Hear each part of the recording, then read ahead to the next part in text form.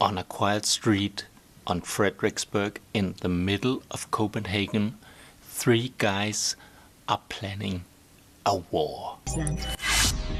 They are creating shields, they are testing rockets, they are working on their strategy. Today we're having an exclusive interview with these three guys.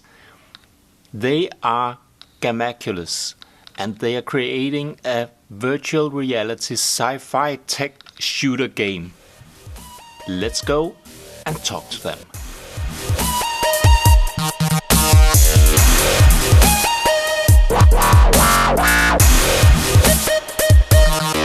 Oh, and if you're interested in this game, keep watching, because at some point in this video I will tell you how you can get a hefty discount and still support the game developers.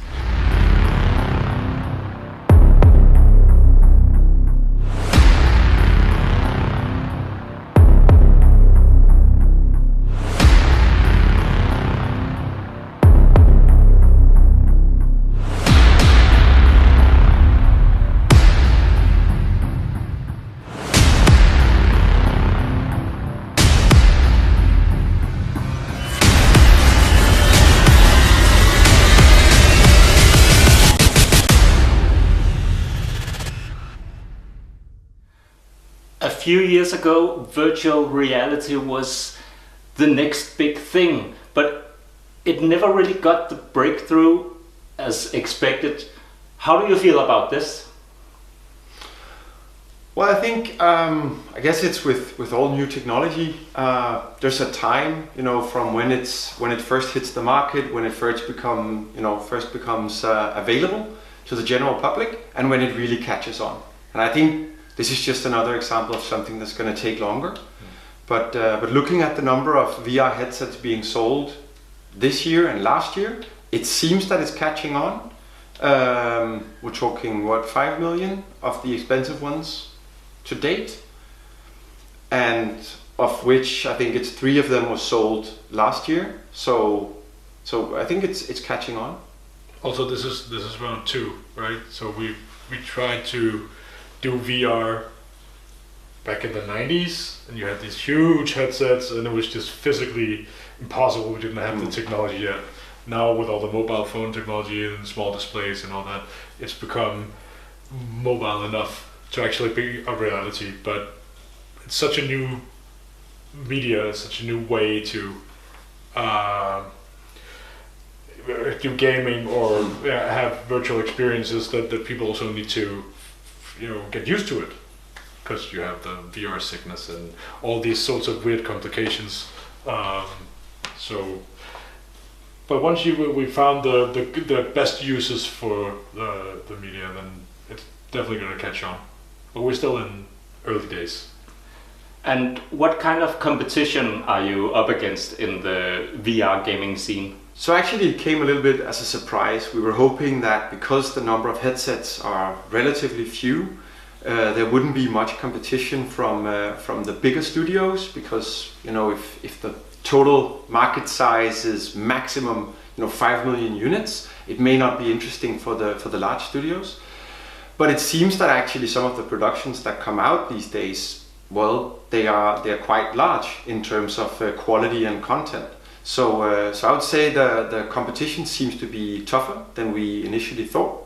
Whether they then make any money, or whether they just do it, because if you don't do VR, then you're not really with the new technology. Time will tell. Yeah, and also it's become a lot more accessible to do games with the free version of Unreal Engine and Unity not costing anything. So it's for everybody to do now if they're willing to spend the time. So that also has an impact on how many releases we're seeing on the VR scene. But you are creating a game right now. Can you tell me about it? Absolutely. So the game that we are creating is a mashup of tower defense and a VR first-person shooter. So in classic tower defense, you would do all the strategy, you would sort of plan your defense against these minions or or villains or whatever they are, and that would be the purpose of the game. So what we do is we mix that with the VR first-person shooter experience. So you get to do the planning, you get to set the defenses, but you also get to possess the defenses and actually play against your opponents in a one-to-one or first-person mode, aided by all the towers and all the defense systems that you set up. So it's an online game where you can play against each other? Currently it's a single-player game, so you play through a storyline of which you have levels of increasing intensity and difficulty. And also like evolving tech trees, so you start off with some simple structures you can build and end up with some more sophisticated ones. Now defend the mining facility. Underway. And how did you come up with the concept for this game? Well, it's a mix of a lot of different things, because we started this project off with the desire to create a game for VR. That was the starting point. So that was a very blank piece of paper, and then of course a lot of we took the direction we took because for a number of reasons. One was, you know, what did we want to do, and another one was also from a financial perspective, what did we believe we could sell. So going towards the tower defense genre, not only presented are known for the market because they know what tower defense is, so they have a direct reference there. Also, it solves a lot of the VR issues because you don't have freedom of motion in the same way you do on the PC platform. Well, you do, but if you, as many people know, if you transport people in VR,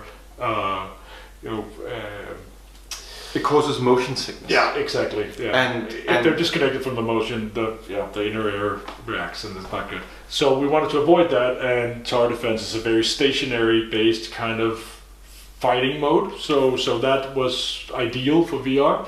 Unfortunately, we're not the only ones who saw that. So got that idea. Quite a few VR tower defense games has been published these past months. But I mean, yeah, but I think they all take different angles, and I think as Søren said, we very much looked into what would be suitable for VR.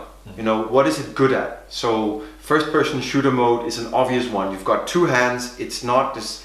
It's also probably very used, but the fact that you can pick up guns, you can do things with your hands, that was necessary to put in there. Otherwise, why not just make a PC game?